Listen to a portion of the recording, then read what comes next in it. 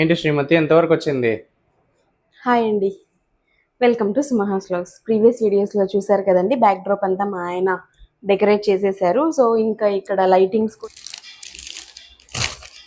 అమ్మవారు చూడండి, మా పెళ్ళప్పుడు మా అమ్మ వాళ్ళు గౌరీ వ్రతానికి ఇచ్చిన అమ్మవారు. సో నేను ప్రతి సంవత్సరము ప్రతి వ్రతానికి ఇదే అమ్మవారిని పూజిస్తానండి. సో ఇప్పుడు గౌరీ వ్రతానికి కూడా నేను ఇదే అమ్మవారిని డెకరేట్ చేసుకుంటున్నాను. కూడా అంతా వేసేసారు. అమ్మవారిని కూడా అంతా క్లీన్ చేసేసి బియ్యం వేసేసి అమ్మవారిని కూడా కూర్చోబెట్టేశాను.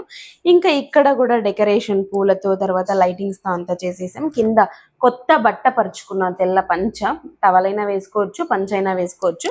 నాకు పంచ అవైలబిలిటీ ఉండింది, సో పంచ వేసుకున్నా. ఇంకా చీర కట్టించే అవకాశం లేదు అమ్మవారికి, ఎందుకంటే ఇది ఆల్రెడీ అంతా డిజైన్డ్. మా అమ్మ వాళ్ళు ముందే ప్రీ ప్లాన్ చేసి నాకు ఈ అమ్మవారిని ఇచ్చారు పెళ్లి టైంలో, అందుకనే ఇంకా కట్టించాలి సాంప్రదాయ ప్రకారం అని చెప్పి ఇలా బ్లౌజ్ పీస్ తీసుకొని ఒక బాక్స్ కట్టించేసి ఇంకా నెక్స్ట్ డెకరేషన్ అంతా టుమారో చూసేయండి అమ్మవారి గురించి. ఇంకా వేరే వ్లాగ్స్ అన్ని కంటిన్యూస్గా పోస్ట్ చేస్తాను. Thanks for watching. Subscribe to my channel Sumahas vlog.